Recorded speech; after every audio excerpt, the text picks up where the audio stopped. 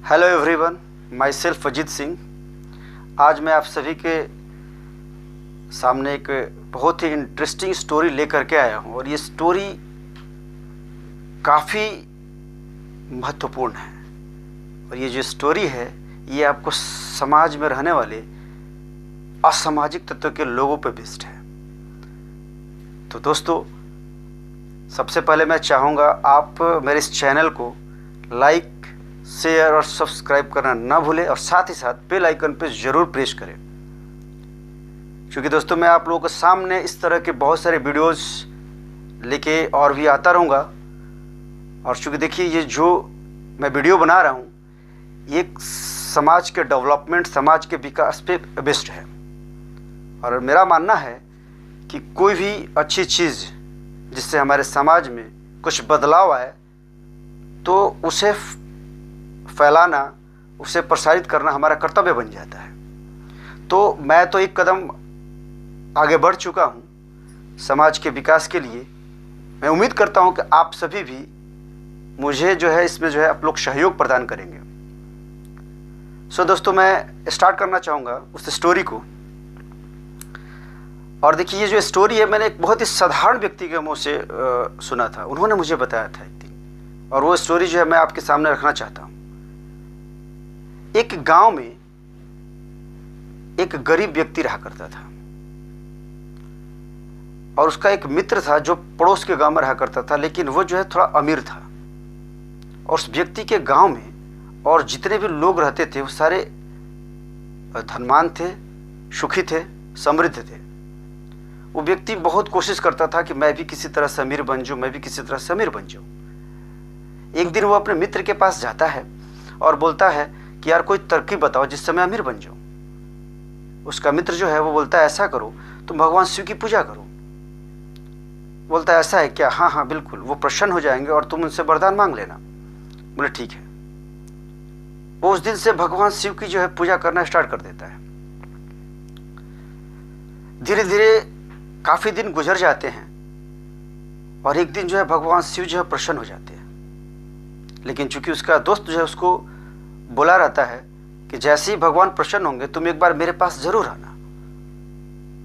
तो भगवान शिव से वो बोलता है, हे प्रभु, मुझे थोड़ा सा समय चाहिए, वक्त चाहिए। मेरा एक मित्र है पड़ोस के गांव में, मैं उससे थोड़ा सा बात करना चाहता हूँ वरदान के विषय में। भगवान शिव बोले, ठीक है जाओ, मैं यहीं पे तुम्हारी प्रतीक्षा करता हूँ। वो दौड़ा दौड़ा भागा भागा अपने मित्र के पास जाता है और उससे बोलता है कि यार देखो, भगवान जो है प्रसन्न हो गए हैं, वरदान क्या मांगना है, कुछ सलाह दो। उसका जो मित्र होता है वो बोलता है, ऐसा करो तुम जाओ, पहला वरदान उनसे ये मांगना। वो शिव जी के पास जाता है और कहता है, हे प्रभु, आप मुझे ऐसा वरदान दो कि मैं जो भी चाहूँ इस दुनिया में वो मुझे मिल जाए, जब चाहूँ जैसे चाहूँ।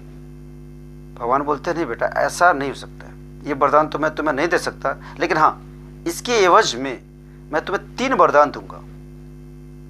लेकिन एक शर्त है, जितना मैं तुमको दूंगा उससे दुगना तुम्हारे पड़ोसी के हो जाएगा। क्योंकि भगवान जी ऑलरेडी जानते थे उसके मन की बात को, उसके दिल की बात को। बोलता है ठीक है। वो पहला वरदान के लिए फिर अपने दोस्त के पास सलाह लेने के लिए जाता है और उससे बोलता है, दोस्त, भगवान जो है पहला वरदान देने से मना कर दिया, लेकिन 3 वरदान वो देने के लिए तैयार हैं। बताओ पहला वरदान मैं क्या मांगू? उसका मित्र उसके कान में उसको बुलाता है और उसको बताता है, जाओ पहला वरदान तुम उनसे ये मांगना। वो फिर शिव जी के पास जाता है और बोलता है, प्रभु, मुझे पहला जो वरदान है वो आप ये दो कि मेरा जो घर है वो 7 तले का हो जाए। भगवान बोलते हैं ठीक है। जैसे उसका घर 7 तले का होता है, उसके पड़ोसियों का घर जो है 14 तले का बन जाता है।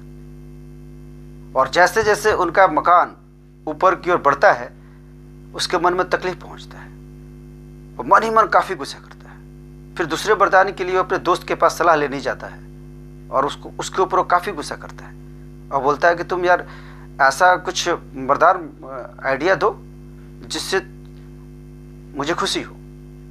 उसका दोस्त जो होता है वो बोलता है, रुक तो सही, जा दूसरा वरदान तुम ये मांगना। वो शिव जी के पास जाता है दूसरा वरदान मांगने के लिए और बोलता है, हे प्रभु, मुझे दूसरा वरदान ये चाहिए कि आप मेरे घर के सामने 2 कुआं कर दो। भगवान सोचने लगते हैं कि ये क्या वरदान हुई भाई, और बोलते हैं चलो ठीक है। जैसे उसके घर के सामने 2 कुआं होता है, सबके घर के सामने 4 कुआं हो जाता है, और इस बार उसको काफ़ी खुशी मिलती है। फिर तीसरे वरदान के लिए सलाह लेने के लिए वो अपने दोस्त के पास जाता है, और इस बार वो काफ़ी खुश होता है, और दोस्त को वो बोलता है कि हाँ, ये वरदान तुमने ये सही आइडिया दिया है। फिर उसका दोस्त तीसरे वरदान के लिए उसको सलाह देता है। वो शिव जी के पास जाता है, बोलता है हे प्रभु, आप तीसरे वरदान के लिए तैयार हैं? भगवान मन ही मन सोच रहे होते हैं कि ये बिल्कुल ही अटपटे ढंग का आदमी है, पता ना तीसरा वरदान क्या मांग ले, उलूल जुलूल के वरदान मांग रहा है। वो मन ही मन डर रहे होते हैं। फिर बोलते हैं हाँ मैं तैयार हूँ, मांगो। बोलता है ऐसा है कि हे प्रभु, आप ऐसा करो, मेरा एक आंख जो है उसको फोड़ दो। भगवान जो है मन ही मन काफ़ी मुस्कुराते हैं और बोलते इसने अपना जुगाड़ तो बना लिया। जैसे उसकी एक आंख फूटती है, गांव के सारे लोगों के दोनों आंख फूट जाते हैं, और वो एक आंख से पूरे गांव का मालिक बन जाता है। तो दोस्तों, इस स्टोरी से हमें क्या सीख मिलती है? इस स्टोरी से हमें यही सीख मिलती है कि हमारे समाज में, हर गांव, मोहल्ले, शहर में कुछ ऐसे लोग, सारे लोग तो नहीं लेकिन कुछ ऐसे लोग हैं जो असामाजिक तत्व के लोग होते हैं, जो हमेशा नकारात्मक सोचते हैं, केवल अपना भला सोचते हैं। जैसे एक कहावत है ना कि लोग अपने दुख से उतना दुखी नहीं है जितना कि पड़ोसी के सुख को देख करके दुखी है।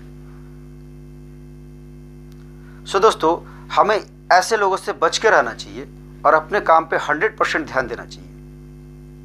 और हर व्यक्ति का कर्तव्य बन जाता है कि अपने समाज के लिए, अपने समाज के बारे में कुछ सोचे।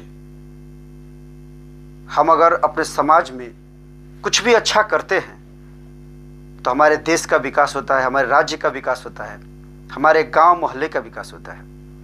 हमें बिल्कुल निस्वार्थ भाव से हमें कर्म करना चाहिए। लोगों को हेल्प करनी चाहिए, हमें उन्हें मदद देनी चाहिए, हमें उनकी खुशियों में शरीक होना चाहिए, उनके दुखों में उन्हें सांत्वना देना चाहिए। आज देखिए चारों तरफ लोग बिल्कुल इस तरह से लालच भरा हुआ है समाज में कि लोग जो है बस पैसे के पीछे भाग रहे हैं।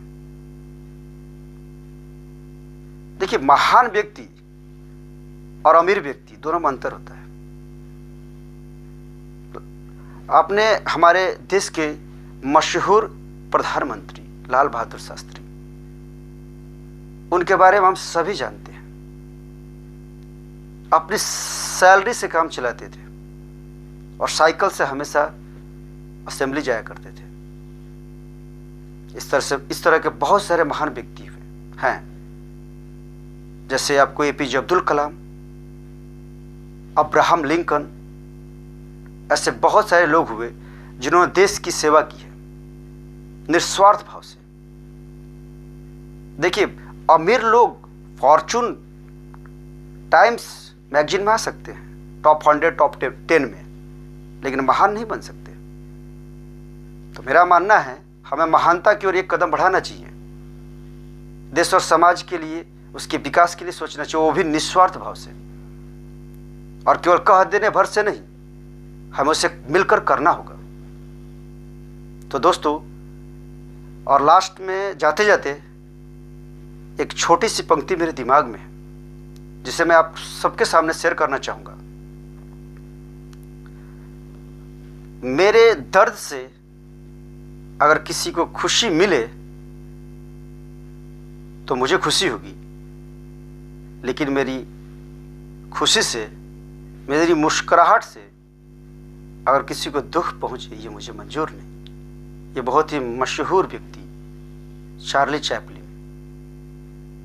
के द्वारा लिखी गई है। दोस्तों, माय डियर फ्रेंड्स, तो इस तरह से मैं इस वीडियो को यहाँ पे ही समाप्त करना चाहूँगा, और मैं चाहूँगा आप सभी लोग इस वीडियो को ज़्यादा से ज़्यादा जो है सब्सक्राइब्स करें, लाइक करें, शेयर करें, और बेल आइकन पे ज़रूर प्रेस करें, ताकि मैं जब भी अपना नया वीडियो अपलोड करूँ वो आपको मिले, और हम एक कदम समाज सामाजिकता की ओर, सुधार की ओर, कल्याण की ओर, देश के लिए आगे बढ़े। Okay, thank you, thanks a lot.